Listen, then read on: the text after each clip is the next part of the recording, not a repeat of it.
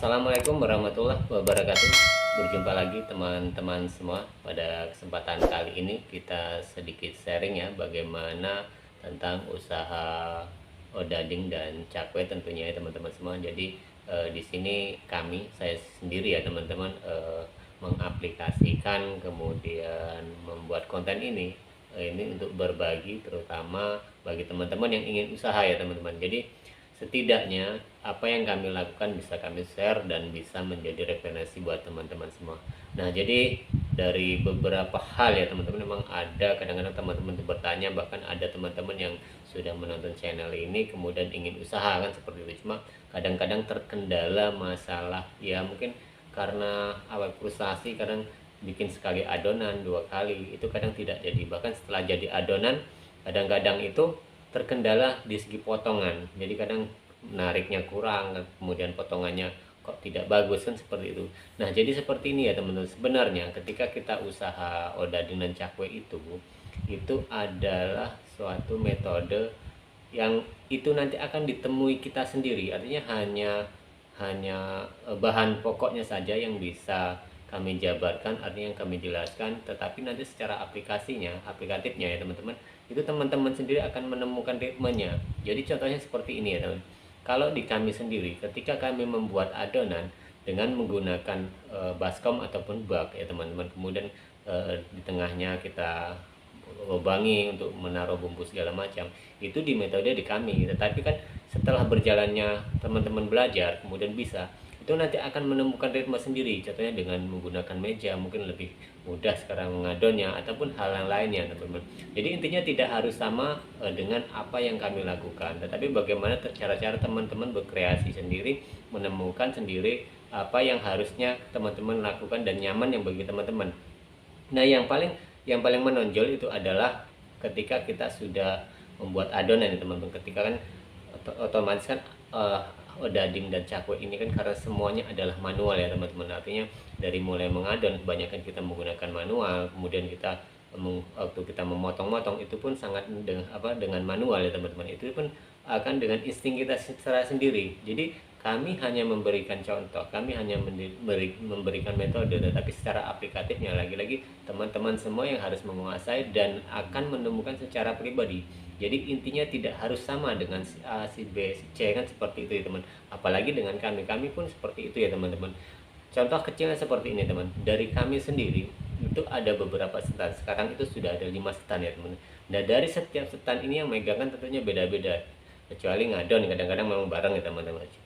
Tetapi untuk membuat potongan dan kemudian untuk menggoreng dan bentuknya pun itu akan sangat berbeda-beda ya teman. Jadi tergantung selera teman-teman yang menemukan sendiri ya seperti itu. Hanya kami secara pribadi memberikan penjelasan seperti ini loh bahan dasarnya, kemudian caranya seperti ini, dan untuk hal lainnya itu ya nanti tergantung teman-teman sendiri. Jadi tidak harus mengikuti secara mutlak apa yang kami lakukan, kecuali itu bumbu dasarnya ya teman-teman. Bumbu dasar itu kami berikan, kemudian kalau teman-teman semua nantinya bisa menemukan variasi sendiri, artinya seperti itu ya teman, menemukan variasi sendiri, kemudian teman-teman menambahkan dan kemudian lebih baik kan seperti itu akan sangat lebih bagus lagi untuk kedepannya teman-teman. Jadi intinya ya teman-teman tidak harus mutlak sama dengan apa yang kami lakukan. Coba teman-teman bisa lihat dari pedagang-pedagang odading dan cakwe itu juga kan seperti itu, antara pembuat satu dan pembuat dua.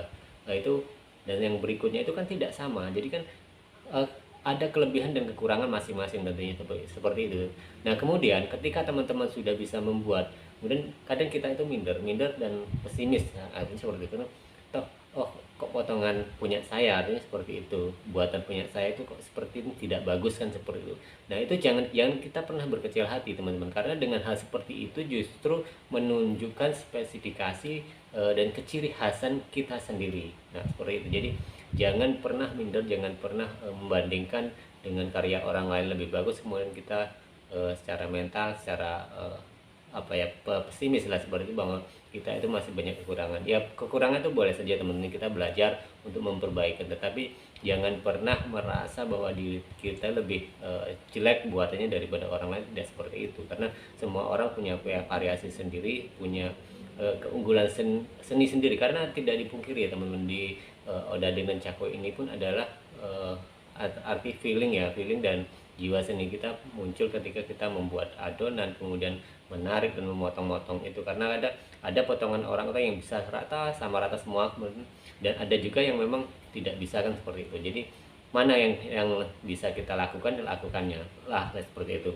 Jadi tidak harus sama dengan apa yang kami lakukan, kemudian teman-teman pun meniru dengan seluruh itu, tidak harus seperti itu. Kami pun memberikan contoh ini hanya untuk mempermudah teman-teman untuk bervariasi, kemudian mengembangkan dengan sendirinya teman-teman, karena memang ada beberapa teman-teman kita ya, dari subscriber kita itu yang kadang mengalami kesulitan, bahkan mungkin dikatakan bahasanya adalah frustasi, karena mungkin membuat sekali, 2 kali, 3 kali gagal tentu. Tapi ada sebaliknya teman-teman, baru sekali, 2 kali mereka bisa langsung membuat itu dan usaha. Dan jadi ini juga sesuai dengan keinginan hati kecil kita ya teman-teman. Ketika kita sudah benar-benar matang, kemudian jiwa kita memang sudah benar-benar menjiwai arti untuk usaha itu, dan insya Allah itu kan semua akan lebih mudah untuk melakukannya. Nah jadi teman-teman ya, sekali lagi saya menyarankan bahwa ketika kita membuat Odading dan Cakwe, apalagi untuk usaha, itu tidak harus mutlak sama dengan apa yang kita lakukan, dan jangan pernah artinya kita berkecil hati ketika perbuatan kita kurang bagus. Itu lakukanlah rutinitas itu teman-teman. Jadi jangan kepentok dengan permasalahan seperti itu. Jadi dari setiap hari kita melakukannya itu nanti kita ada perbaikan dan kita akan menemukan dengan cara kita sendiri, baik itu membuat adonan, kemudian membuat potongan Odading Cakwe dan lain-lain, itu kan akan menemukan ritmenya sendiri. Nah jadi ini hanya sebagai gambaran teman-teman, berbagi pengalaman dari kita sendiri, karena sebuah proses itu memang panjang ya teman-teman, apalagi dengan usaha-usaha seperti ini. Dan jujur kalau usaha Odading dan Cakwe itu kan tidak semudah umpamanya usaha bikin makanan lain, artinya yang mudah dipelajari kan. Kadang Odading dan Cakwe ini sepertinya sangat gampang, tetapi secara aplikatifnya kan sulit ya teman-teman, banyak kendala. Kadang kita bosan, kadang kita jenuh, kemudian kita cenderung frustrasi dengan kegagalan ketika membuat adonan dan lain-lain. Nah ini menjadi suatu kekuatan kita sendiri. Kita harus punya power sendiri bahwa kita itu akan bisa, dan kita konsisten dengan usaha yang kita punya. Nah jadi itu ya teman-teman, sekedar sharing dari kami, dari kita semua, untuk agar usaha ini semakin berkembang dan maju ya teman-teman.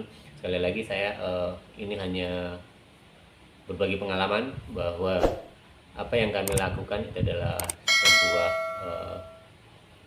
untuk membagi ilmu saja ya teman-teman, membagi pengalaman buat teman-teman semua, kiranya ini bisa bermanfaat buat kita ke depan. Dan terima kasih buat teman-teman semua, kita berjumpa lagi di tayangan dan video selanjutnya.